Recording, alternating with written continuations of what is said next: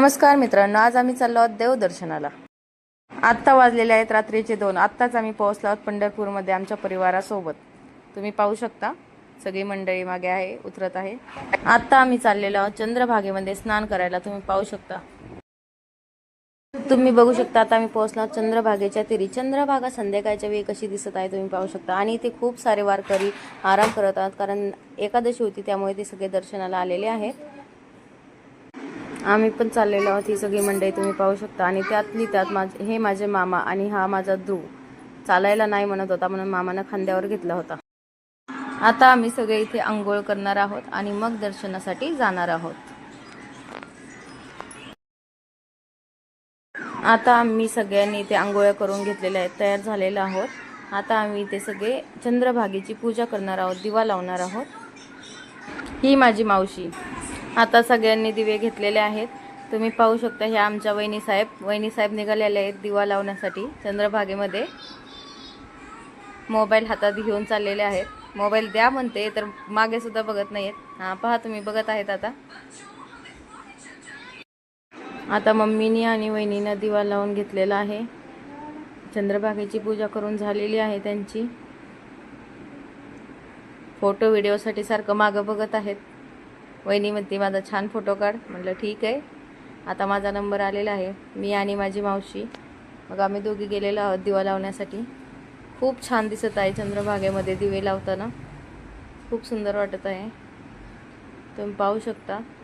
आता आम्ही दिवे लावून घेतलेले आहेत, पाण्यामध्ये सोडत आहोत। आता सगळ्यांची चंद्रभागेची पूजा करून झालेली आहे। नंतर आता आम्ही लावणार आहोत गंध। सगळ्यांनी लाईन लावून एकानंतर एकाने गंध लावून घेतलेला आहे नंबरनं। सगळ्यात पहिले सुरुवात ध्रुवपासून झालेली आहे, तुम्ही पाहू शकता। ध्रुव पण कसा गंध लावत आहे। मामाचा हात काही त्यानं सोडलेला नाहीये। जसं आम्ही घरून निघलोय तसं तो मामांच्या सोबतच आहे। माझे मामा म्हणजे त्याचे आजोबा, आजोबाचा लाडका नातू। त्यानंतर हा माझ्या मावशीचा मुलगा, त्यानं गंध लावून घेतला। आजीनं गंध लावून घेतला, मम्मीनं गंध लावून घेतला, मग आमच्या वहिनीनं पण गंध लावून घेतला। मग सगळे बच्चा कंपनी आली, त्यांना पण नंबरनं गंध लावून घेतला।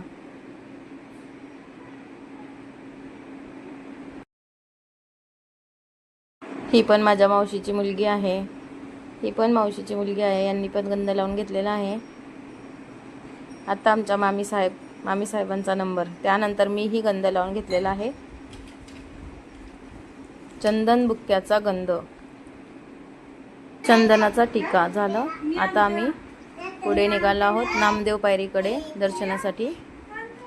नामदेव पायरीचं दर्शन घेऊन आम्ही मग आता आतमध्ये जाणार आहोत मंदिराकडे दर्शन घेण्यासाठी। आत्ता वाजलेले आहेत रात्रीचे 3, तुम्ही पाहू शकता। लाईन तर आहेतच, पण रात्री 12 नंतर मंदिर हे बंद असतं। मग हे पाहू शकता तुम्ही लाईन किती आहे।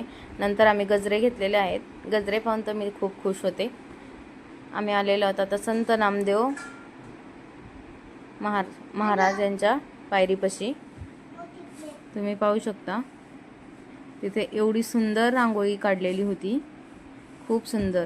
पण मेन म्हणजे 12च्या नंतर दर्शन बंद असल्यामुळे, दरवाजा बंद होता, त्यामुळे आम्हाला कळस दर्शन घेऊनच वापस यावं लागलेलं आहे। कळस दर्शन घेऊन आता आम्ही निघालो आहोत मंदिराची प्रदक्षिणा करायला। तुम्ही पाहू शकता, एवढं सुंदर आणि प्रसन्न वाटत होतं ना, मन एकदम प्रसन्न झालेलं होतं। मग आम्ही बॅक साईडला गेलो, मागच्या दरवाजानं पण दर्शन घेतलेलं आहे।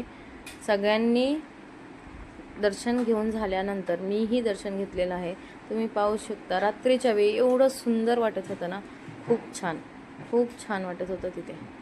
नंतर माझंही दर्शन घेऊन झाल्यानंतर तुम्ही पाहू शकता आम्ही सगळे निघालो आहोत परत।